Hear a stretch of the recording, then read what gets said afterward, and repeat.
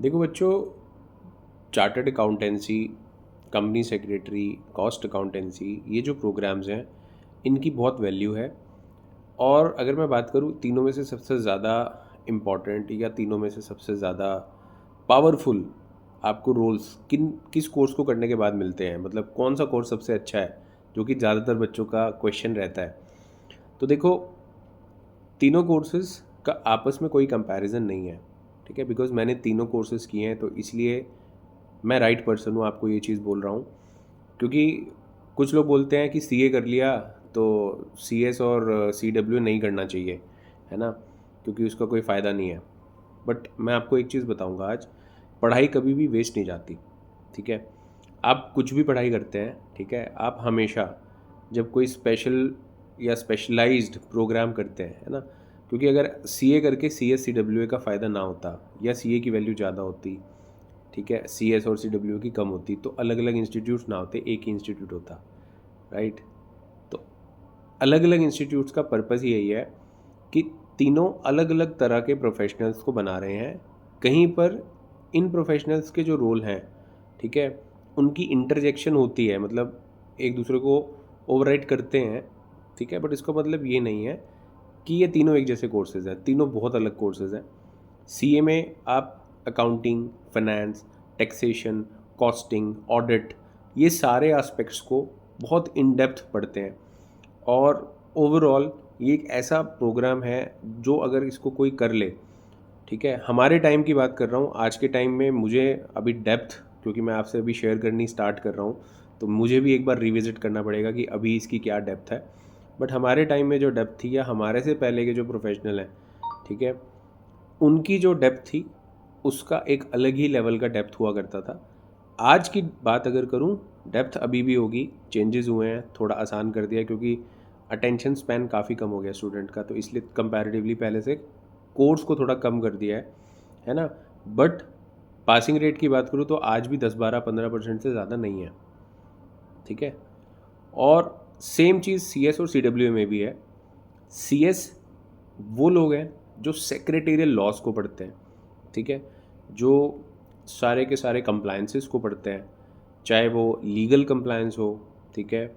तो सब्जेक्ट्स भी इस तरह से ही सारे कंपनी सेक्रेटरी के हैं, जिसमें जो आपको बेसिकली एम्पावर करते हैं या आपको अवगत कराते हैं, ठीक है, इस चीज़ से अवगत कराते हैं कि आपको सारे के सारे लॉस बताना चाहिए, चाहे इकोनॉमिक लॉ हो, लेबर लॉ हो, ठीक है, सेबी की पूरी रिक्वायरमेंट्स हो, ठीक है, आरबीआई की रिक्वायरमेंट हो, फैमा की रिक्वायरमेंट हो, ठीक है।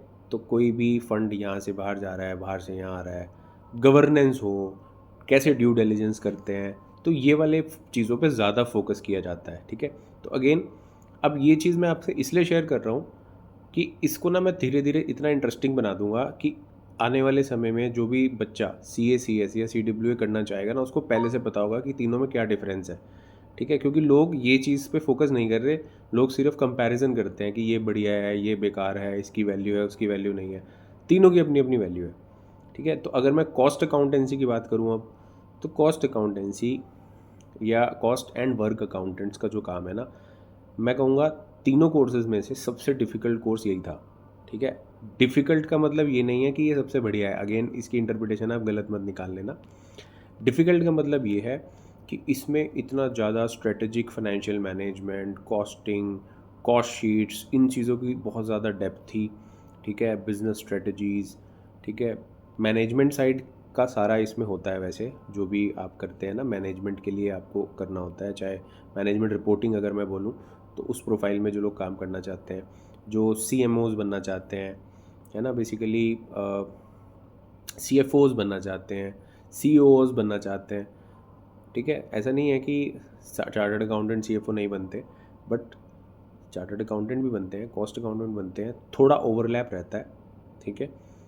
टैक्सेशन काफ़ी डेप्थ में होता है इसमें भी, ठीक है, लॉज काफ़ी डेप्थ में होते हैं, ठीक है। बट अगर मैं बात करूँ कि रोल्स और पैकेजेस की और ग्रोथ की, तो डेफिनेटली सबसे ज़्यादा ग्रोथ अगर किसी प्रोफेशनल की होती है तो वो चार्टर्ड अकाउंटेंट्स है, ठीक है, क्योंकि वो एक रिकॉग्नाइज्ड बॉडी है, मेंबर सबसे ज़्यादा हैं, और उनकी नेटवर्किंग, लाइजनिंग और उनकी एक ब्रांडिंग जो है वो सबसे बेस्ट है एज अ चार्टर्ड अकाउंटेंट।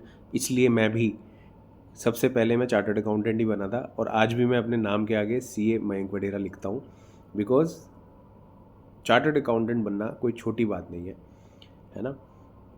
मैं ये नहीं बोलूँगा कि CS बनना छोटी बात है या CWA बनना छोटी बात है। अगेन इसको आप कंट्रोवर्सी में ना लेके जाना। CS बहुत इम्पॉर्टेंट प्रोफेशन है, ठीक है। CS ही जो है वो पूरा कॉरपोरेट को चला रहा है इंडिया में, जो कंपनी सेक्रेटरीज़ हैं, क्योंकि वो की मैनेजरियल पर्सन भी होते हैं। और CWAs की वजह से ही ये बड़ी बड़ी मैन्युफैक्चरिंग कंपनीज फ्लरिश कर रही हैं, ग्रो कर रही हैं, है ना। तो CWAs की भी बहुत ज़्यादा इंपॉर्टेंस है, ठीक है। लेकिन चार्टर्ड अकाउंटेंट एक ऐसा प्रोफेशन है जो ट्रेडिंग, मैन्युफैक्चरिंग, सर्विस प्रोवाइडर, ठीक है, एक एंटरप्रेन्योरल जील जो है ना वो चार्टर्ड अकाउंटेंट की सबसे ज़्यादा होती है, ठीक है। इसलिए आपने देखा होगा ज़्यादातर चार्टर्ड अकाउंटेंट जो है प्रैक्टिस में होते हैं।